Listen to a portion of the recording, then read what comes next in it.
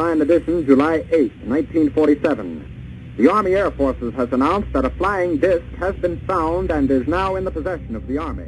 July 1947. Something happened over New Mexico. Something no one could explain. On the morning of July 8th, the United States Air Forces had issued a press release that would be retracted within hours, and officially revised again, and argued about for the next 8 decades. So what actually happened in Roswell, New Mexico in the summer of 1947? Because the truth, even stripped of every conspiracy and every embellishment, is still one of the most extraordinary cover-up stories in American history.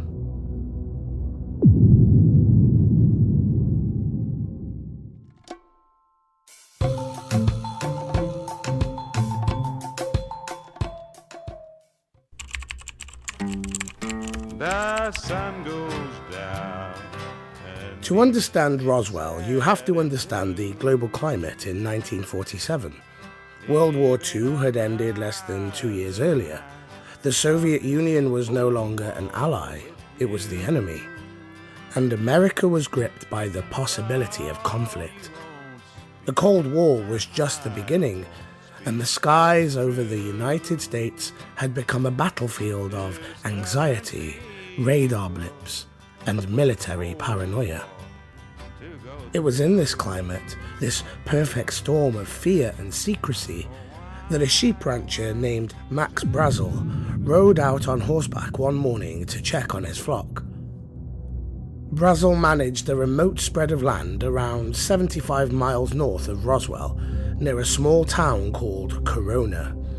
And sometime around late June or early July of 1947, he found something in one of his pastures that stopped him cold. The debris field stretched out for nearly 3/4 of a mile. It wasn't a large wreckage. It was a scattered mess with thousands of fragments. He described it later as lightweight metal, rubber strips, tinfoil, and what seemed like sticks of balsa wood. Strangely lit, strangely strong. There were strange symbols on some pieces. He said it looked almost like writing he'd never seen before. Brazel had lived in this desert his whole life. He'd seen weather balloon debris before. He told reporters later, and this is the part people don't want to quote, that whatever this was, it was nothing like any weather balloon he had ever encountered. He gathered up some of the material, brought it home, showed his family, and waited several days before telling anyone official. When he finally drove into Corona and mentioned it to the local sheriff, George Wilcox, the sheriff called Roswell Army Airfield, and that phone call changed everything. Within hours, officers from the base arrived at Brazel's ranch. His land was cordoned off. The debris was collected and loaded into vehicles. Brazel himself was taken in, detained, and according to multiple accounts, that was for several days, and he was told not to speak about what he had found. His son and daughter later said that after those days in military custody, their father came home a different man, quiet, careful, and he never spoke freely about Roswell again. On July 8, 1947, Public Information Officer Lieutenant Walter Haut issued a press release on behalf of Colonel William Blanchard, commanding officer of the 509th Bomb Group at Roswell Army Airfield. The 509th was not just any base, it was the most elite air power unit on Earth at that moment. The only outfit ever to drop nuclear weapons in combat. These were not amateurs. These were not men prone to misidentifying weather equipment. Haut's press release stated that the base had come into possession, and I quote, of a flying disc. The Roswell Daily Record ran it as front-page news. Wire services picked it up, and within hours it had spread across the country and around the world. Then, a few hours later, it was over. Brigadier General Roger Ramey in Fort Worth, Texas, held a press conference. He had a different story. What the recovery team had actually found, he said, was a weather balloon, specifically a Rowan target device used to track high-altitude winds. Photographs were taken. The press photographed what appeared to be foil and rubber on Ramsey's office floor, and the world moved on. The flying disc became a weather balloon, and the story died. Well, almost. Because the people who handled the material actually didn't buy it. Major Jesse Marcel, the intelligence officer who had personally retrieved debris from Brazel's ranch, was one of the men photographed with the weather balloon remains in Ramsey's office. Years later, he retired. Marcel gave interviews. He said clearly, on camera, that the material photographed in Ramsey's office was not what he had recovered from the desert. He said what he found was unlike any material he had ever seen. He believed, until the end of his life, that it was not made on this earth. Marcel was a decorated military officer with a long career. He had no obvious reason to lie. Here is where the story deepens, because Brazel and Marcel weren't the only ones. Glenn Dennis was a young mortician working for Ballard Funeral Home in Roswell in 1947, and he claimed that in the days after the crash, he received calls from the base mortuary officer asking an unusual series of questions about the preservation of bodies that had been exposed to desert conditions for several days, about child-sized, hermetically sealed caskets. Dennis said that he drove out of the base that evening and encountered a nurse he knew, a woman he later identified only as Naomi Self, who was visibly upset. She told him that she had been present during examinations of non-human bodies. She drew him a sketch. She described large heads, large eyes, and small frames. Shortly after, Dennis said she was transferred to England, and he never heard from her again. Multiple researchers have tried to trace her, and they have hit dead ends. And then there's Frank Kaufman, Paddy Henderson, Jim Ragsdale, and dozens of others who claim direct involvement or second-hand knowledge of a secondary crash site, separate from the debris field, where something more intact may have come down. Now, before we continue, some of these witnesses have been debunked. Some of the testimony is inconsistent, and some of it is almost certainly fabricated. Researchers on all sides of the debate agree on this. Here is what's hard to dismiss, and that is the pattern. Witness after witness across decades describes the same elements independently.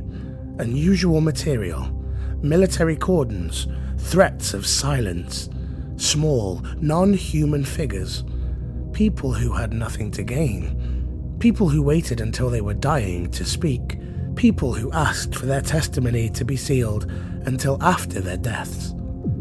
You can dismiss one witness, you can dismiss 10, but the sheer volume and the consistency of the core details is not nothing. So these are the verified facts. Here is what is not disputed by anyone, not the government, not the skeptics, not even the most hardline debunkers. Fact number 1. Something crashed on Mac Brazel's ranch in the summer of 1947. Physical debris was recovered, and this is confirmed. Fact 2. The United States Army Air Forces initially told the press it was a flying disc.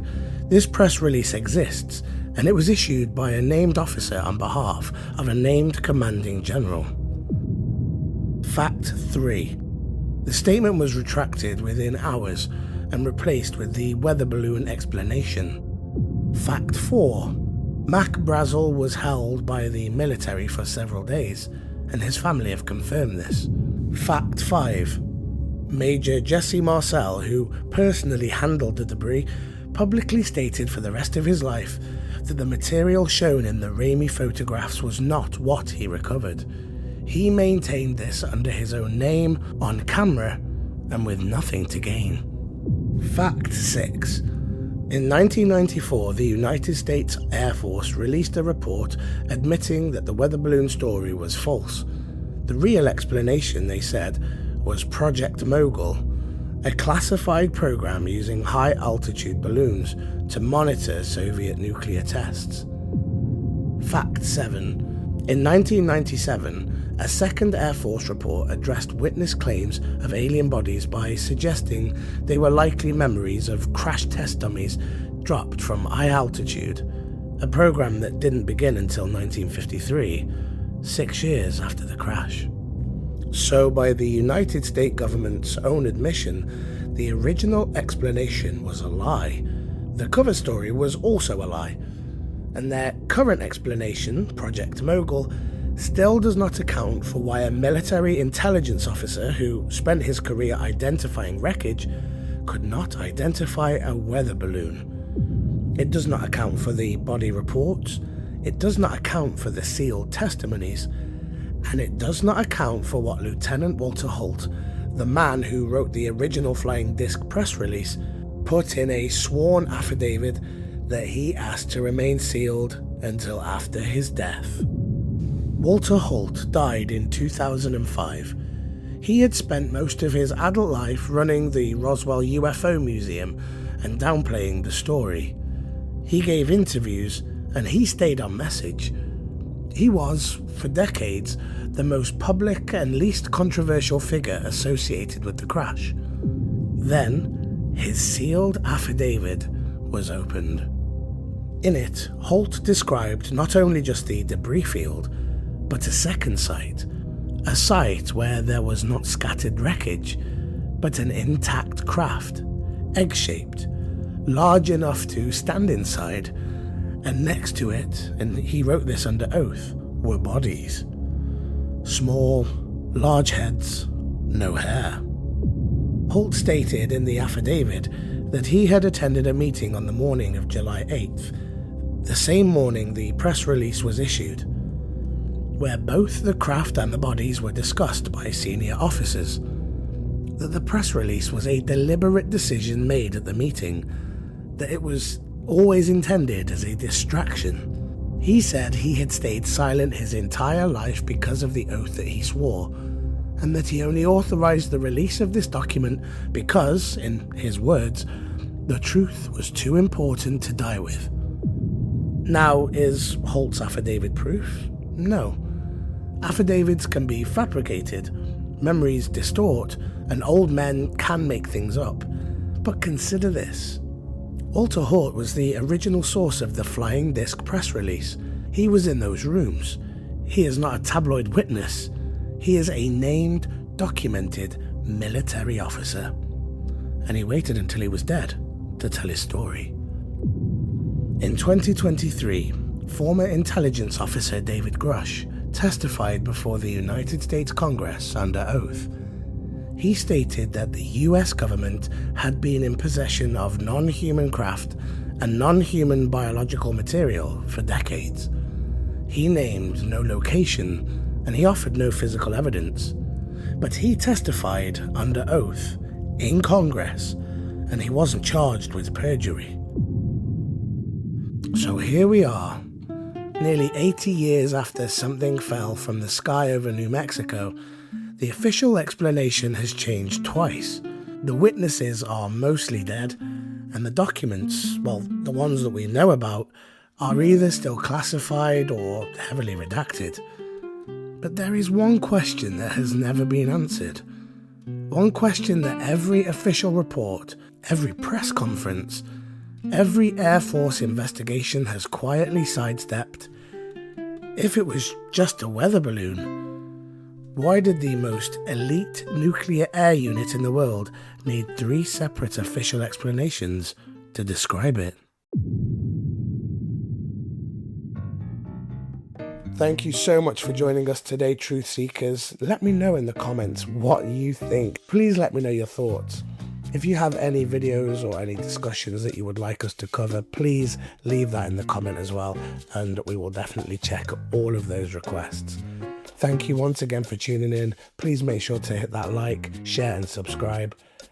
And we'll see you on the next one, Truth Seekers.